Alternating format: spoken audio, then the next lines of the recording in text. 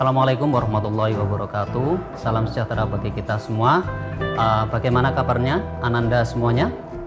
Bapak harapkan semuanya dalam keadaan sehat, penuh semangat. Walaupun kita tahu kondisi pandemi ini belum berakhir, sehingga mengharuskan semua aktivitas kegiatan kita dilakukan di rumah. Mulai dari bekerja, belajar, atau melakukan aktivitas-aktivitas yang lain. Akan tetapi, Bapak harap semua kondisi tersebut jangan sampai membuat surut semangat kita untuk selalu belajar. Bapak juga tidak lupa untuk selalu mengingatkan jaga kondisi di rumah dengan menerapkan pola hidup sehat dan bersih, serta selalu mematuhi protokol kesehatan dengan mencuci tangan, menggunakan masker, jaga jarak aman, serta menghindari kerumunan. Hari ini Bapak senang sekali bisa berjumpa kembali dengan Ananda semuanya di program televisi kebanggaan kita di TV Tabalong. Ananda, sebelum kita mulai kegiatan pada pagi hari ini, alangkah baiknya dan wajib bagi kita untuk selalu berdoa, memohon kepada Tuhan supaya kegiatan-kegiatan kita selalu diberi keridhaan. Mari kita mulai kegiatan kita pada pagi hari ini dengan berdoa. Berdoa mulai. Berdoa selesai. Anak-anak semuanya, materi yang akan kita bahas adalah tentang KPK serta pembahasan soal yang berhubungan dengan KPK.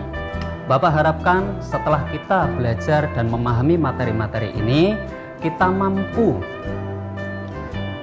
untuk memahami soal yang berhubungan dengan KPK atau kelipatan persekutuan terkecil. Yang kedua, kita akan mampu menentukan kelipatan persekutuan terkecil dari suatu soal cerita. Yang ketiga, Bapak harapkan setelah kita belajar dan memahami nanti, kita dapat mengidentifikasi soal-soal cerita dalam atau yang berhubungan dengan kelipatan persekutuan terkecil. Yang akhirnya Bapak berharap juga kita semuanya mampu untuk menghitung atau mencari kelipatan persekutuan terkecil dari soal cerita itu. Demikian tujuan pembelajaran yang akan kita laksanakan nanti. Bapak berharap semuanya bisa memahami sehingga mampu menerapkan, mengaplikasikan materi tentang KPK di kehidupan sehari-hari. Nah, materi yang akan kita bahas ini nanti kita akan bagi menjadi 3 segmen. Yang pertama, kita akan mereview materi-materi sebelumnya yang sudah dibahas atau diajarkan oleh Bapak Ibu Guru. Yang kedua, kita akan membahas tentang contoh-contoh soal yang berhubungan dengan KPK. Yang ketiga, kita akan membahas tentang kesimpulan dari pembelajaran kita pada hari ini. Nah, bagian yang pertama, Bapak akan mereview tentang KPK. Apa sih yang dimaksud dengan KPK?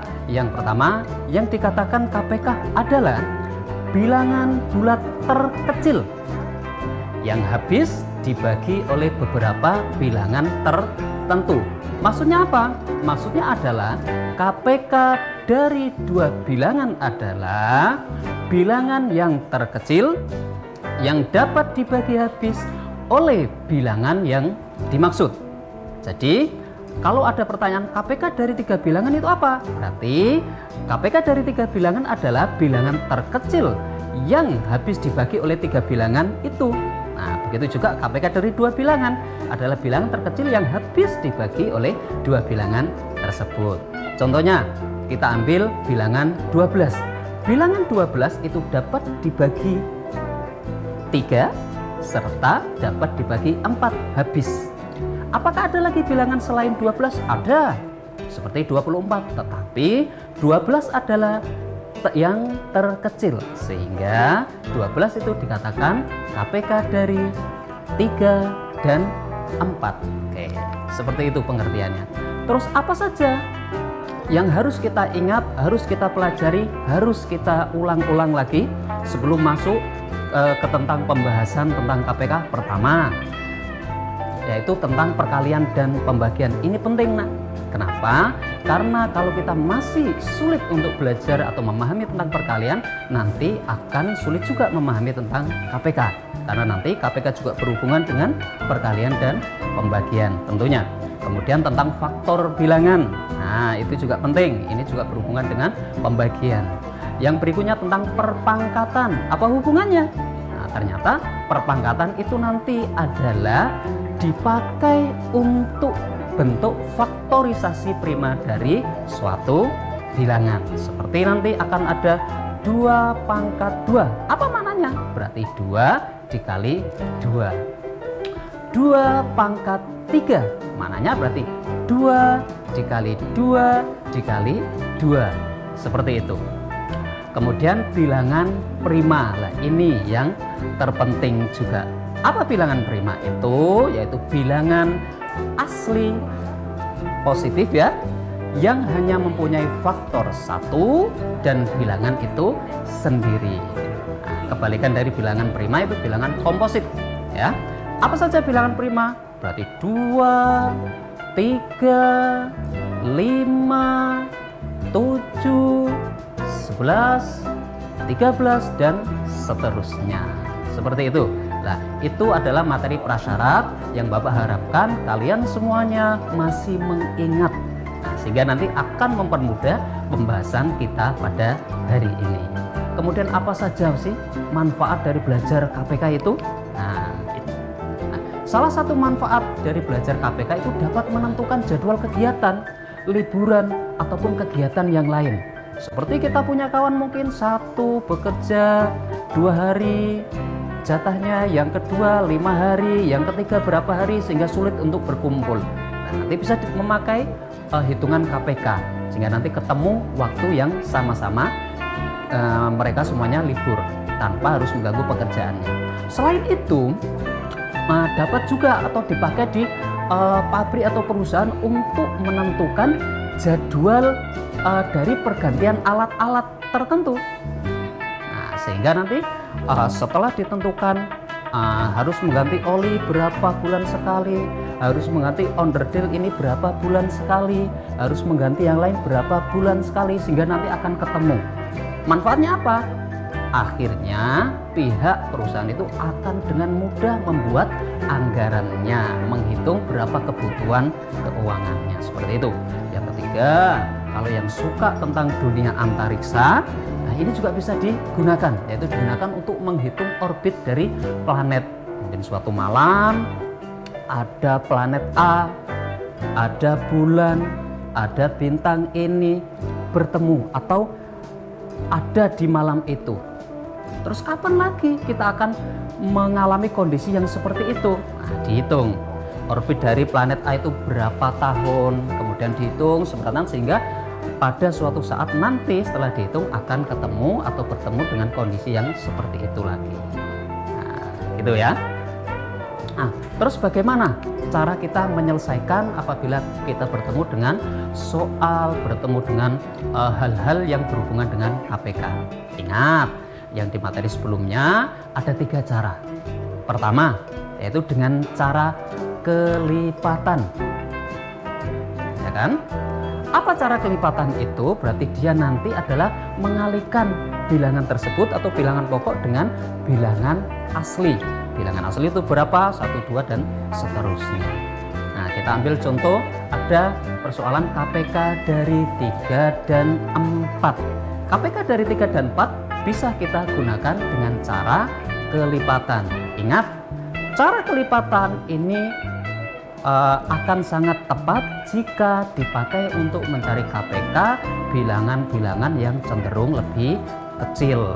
Nah, apakah bisa Pak digunakan untuk bilangan yang lebih besar? Bisa, akan tetapi nanti kita akan agak sulit untuk menghitungnya. Nah, itu persoalannya ya. Tetapi bisa. Oke, kembali ke penjelasan. KPK dari 3 dan 4 bisa kita dapatkan dengan kelipatan. Yang pertama, kita cari kelipatan 3, kita cari kelipatan 4. Kelipatan 3 yaitu 3, 6, 9, 12, 15, dan seterusnya. Kemudian kelipatan 4 ada 4, 8, 12, 16, dan seterusnya. Dari kelipatan-kelipatan ini bisa kita ketahui adakah kelipatan yang nilainya sama? Ternyata ada, yaitu 12 dan 24. Nah, ternyata ketemu 2.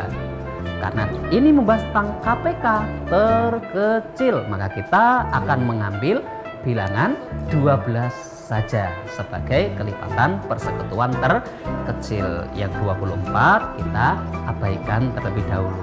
Itu cara yang pertama. Cara yang kedua,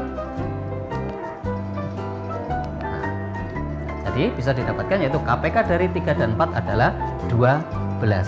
Cara yang kedua yaitu dengan cara pohon faktor. Nah, ini nanti berhubungan dengan bilangan prima. Bilangan prima yang pertama kita pakai adalah 2. Setelah tidak bisa ke 3. Setelah tidak bisa ke 5 dan seterusnya. Ingat ya nak ya, untuk menyelesaikan dengan cara pohon faktor ataupun tabel nanti konsep dari bilangan prima harus benar-benar paham. Kita memakai penjelasan untuk KPK, mencari KPK dengan pohon faktor pertama.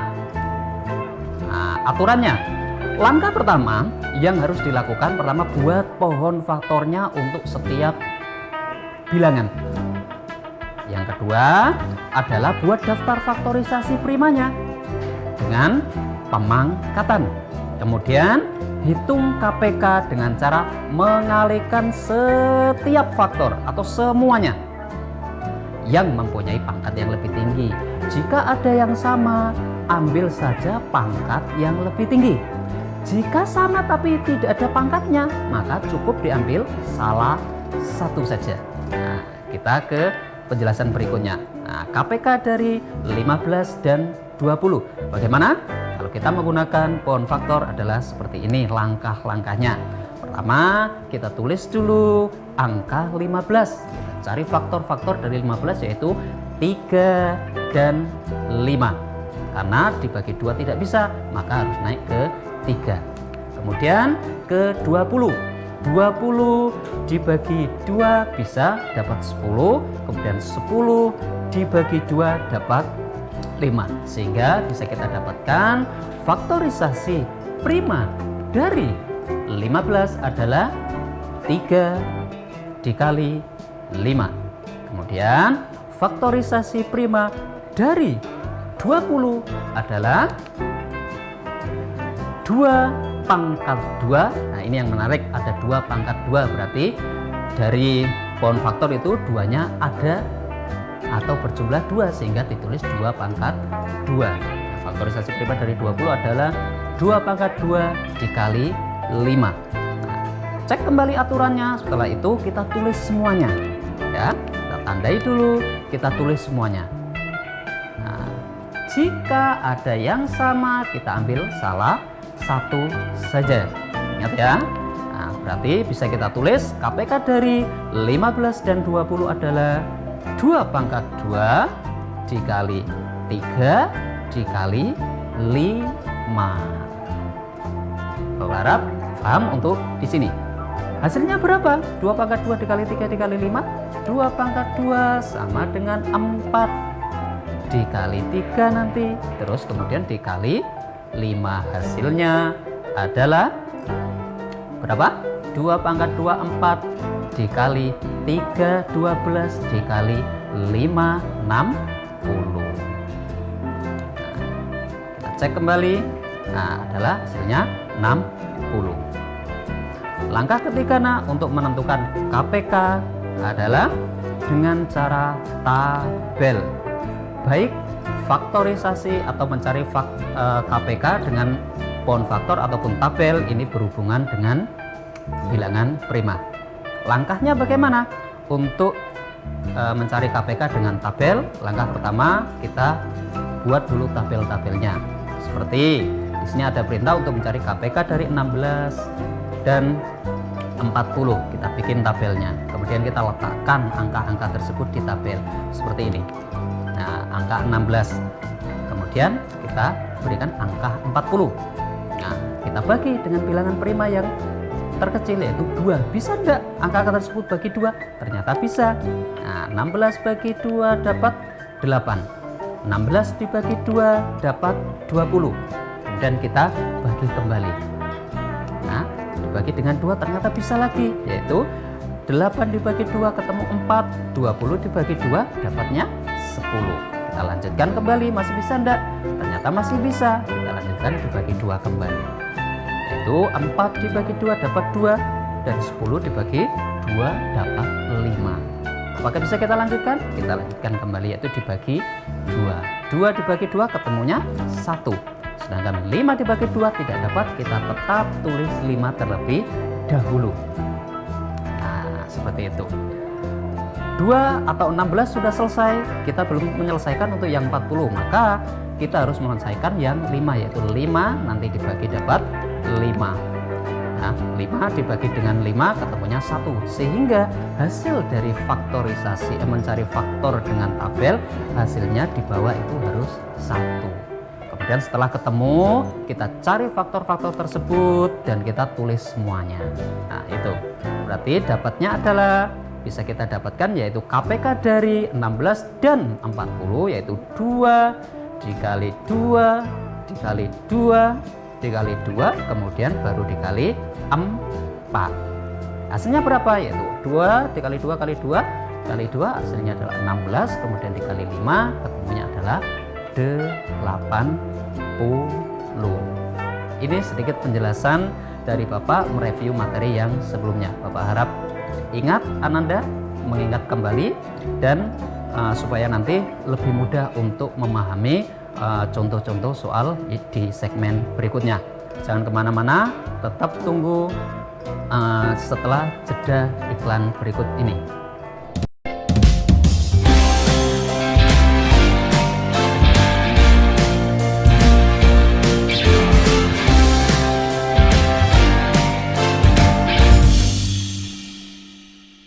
Hai, terima kasih sudah setia menunggu untuk melanjutkan materi kita pada hari ini. Di segmen ini kita akan membahas tentang contoh penerapan dari KPK atau kelipatan persekutuan kecil. Nah, kita lihat contoh yang berikut ini, yaitu ikan paus muncul ke permukaan setiap 18 menit. Kemudian ikan lumba-lumba setiap 16 menit. Pada pukul 8:28 menit, paus dan lumba-lumba muncul ke permukaan laut secara bersama-sama. Pada pukul berapa paus dan lumba-lumba muncul lagi ke permukaan secara bersama-sama? Ini mungkin dipakai untuk seorang fotografer yang harus mencari momen yang pas untuk mengambil gambar paus dan lumba-lumba, sehingga harus menghitung berapa menit si paus dan lumba-lumba akan muncul secara bersama-sama, sehingga bisa mengambil gambar yang sempurna. Cara penyelesaiannya bagaimana? Nah, kita pahami dulu, ini merupakan langkah pertama. Kita pahami, kita identifikasi berhubungan dengan apa soal ini. Nah, seperti itu. Setelah kita identifikasi dan kita pahami dari soal tersebut, itu berhubungan dengan KPK, ya kan? Berhubungan dengan KPK. Berarti perintah dari soal tersebut adalah mencari KPK dari 18 dan 16. Dari 18 dan 16. Nah, berdasarkan caranya bisa kita gunakan 3 cara tersebut. Boleh kita pilih yang menurut kalian semuanya itu mudah untuk dikerjakan.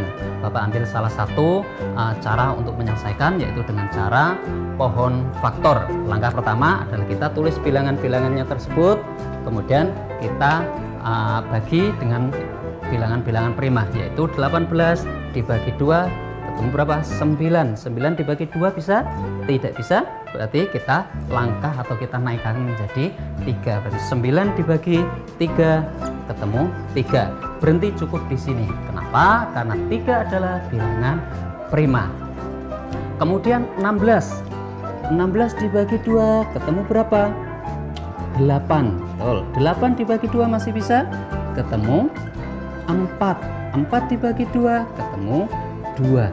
Nah, berarti bisa kita dapatkan berarti faktorisasi prima dari 18 adalah 2, 3, 3.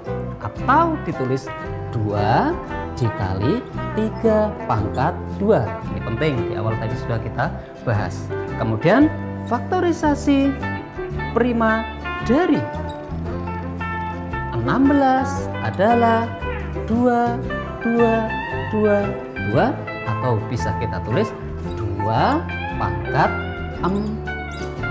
Nah, seperti ini. Setelah itu KPK, kita selesaikan. KPK dari 18 dan 16 adalah, ingat, kita tulis semuanya. Kalau ada yang sama, ambil pangkat yang terbesar. Berarti ini sama. Berarti kita ambil 2 pangkat 4 dikali 3 pangkat 2. Kita bawa ke sini. 2 pangkat 4 dikali 3 pangkat 2 berapa? 2 pangkat 4 16 dikali 3 pangkat 2 9. Ingat ya, 9 bukan 6. Nah, jangan kita berpikir 3 pangkat 2 sama dengan 3 kali 2. Jangan. Berarti 3 dikali 3. 16 dikali 9 ketemu berapa di sini? Itu 54 tambah ini berarti 144. Nah, karena soalnya berhubungan dengan waktu menit, berarti di sini dimaknai adalah 144 menit. Nah, di situ. Nah, 144 menit sama dengan berapa jam? Menit ke jam ada 60, berarti dibagi 60. Berarti 144 menit itu sama dengan 2 jam 24 menit. Nah, ini diingati. Paus dan lumba-lumba muncul tadi pada pukul 08.28. Kemudian muncul lagi kapan? Berarti ditambah, ya kan? Dijumlahkan 08.28 ditambah dengan 02.24 atau 2 jam 24 menit. Seperti itu. Sehingga bisa didapatkan 8 ditambah 4 12 naik 1 atau menyimpan. Kemudian 1 ditambah 2 ditambah 2 ketemu di sini 5. Kemudian 8 ditambah 2 10, kita tulis 0, menyimpan 1 ditambah 0 tambah 0 ketemunya 10. Berarti bisa dihasilkan antara paus dan lumba-lumba itu diprediksi akan muncul secara bersama-sama pada pukul 10.52. Seperti itu ya. Seperti ini langkah dan cara-caranya. Ingati, dalam mengerjakan apapun, lebih-lebih soal cerita, pahami dulu, identifikasi, hubungkan dengan apa, kemudian baru dikerjakan. Bertahap, jangan sampai kita hanya memahami kemudian keluar angkanya, tanpa kita melalui proses-proses tersebut. Ananda semuanya, demikian penjelasan untuk contoh soal. Ingati bahwa di dalam menyelesaikan kita harus bertahap dan teliti. Terakhir, sampailah kita ke akhir kegiatan kita, kegiatan pembelajaran kita, yaitu kesimpulan dari kegiatan kita pada pagi hari ini. Apa yang kita dapatkan dari kegiatan kita pada hari ini? Pertama, apa yang dimaksud atau yang dimaksud dengan kelipatan persekutuan adalah nilai kelipatan yang sama dari 2 bilangan atau lebih. Yang kedua, KPK itu adalah nilai terkecil dari kelipatan persekutuan 2 bilangan atau lebih. Ingat, persekutuan itu bahasa lain adalah ada kawannya, berarti dia lebih dari 1, bisa 2, 3 dan seterusnya. Kemudian cara untuk menyelesaikan soal-soal yang berhubungan dengan KPK, kita bisa dengan cara kelipatan, faktor atau pohon faktor, kemudian bisa juga dengan tabel. Yang keempat, untuk lebih memahami dan mahir dalam menghitung KPK, kita harus sering, ya kan, berlatih mengerjakan soal yang berhubungan dengan matematika tersebut. Yang kelima, untuk mengerjakan soal-soal cerita yang berhubungan dengan KPK, kita harus terlebih dahulu memahami maksud dari pertanyaan atau soal tersebut. Setelah itu, setelah kita menyelesaikan semuanya, kemampuan kita itu akan semakin terlatih dengan mengerjakan soal-soal tersebut, sehingga kita akan dengan mudah mengerjakan soal ataupun permasalahan yang berhubungan dengan KPK tersebut. Anak-anak, materi pembelajaran sudah kita selesaikan, mulai review, contoh soal, kesimpulan, dan lain-lain. Di akhir video akan ada tugas-tugas dari Bapak. Silakan nanti disiapkan pensil, pulpen, serta bukunya, ditulis, kemudian sambil mengingati materi yang sudah Bapak jelaskan. Terakhir, pesan Bapak, selalu terapkan protokol kesehatan di mana saja. Dengan mencuci tangan sebelum dan sesudah melakukan aktivitas atau kegiatan, memakai masker, hindari kerumunan, serta jaga jarak. Sebelum kita tutup kegiatan pembelajaran kita pada hari ini, alangkah baiknya kita berdoa dulu, mengharap ke Tuhan semoga segala sesuatu yang kita pelajari pada hari ini memberikan nilai manfaat bagi kita semuanya. Berdoa mulai.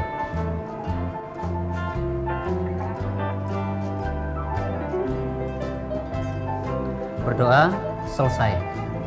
Akhirul kalam, Allahumma afiq ila aqwamit thoriq. Wassalamualaikum warahmatullahi wabarakatuh.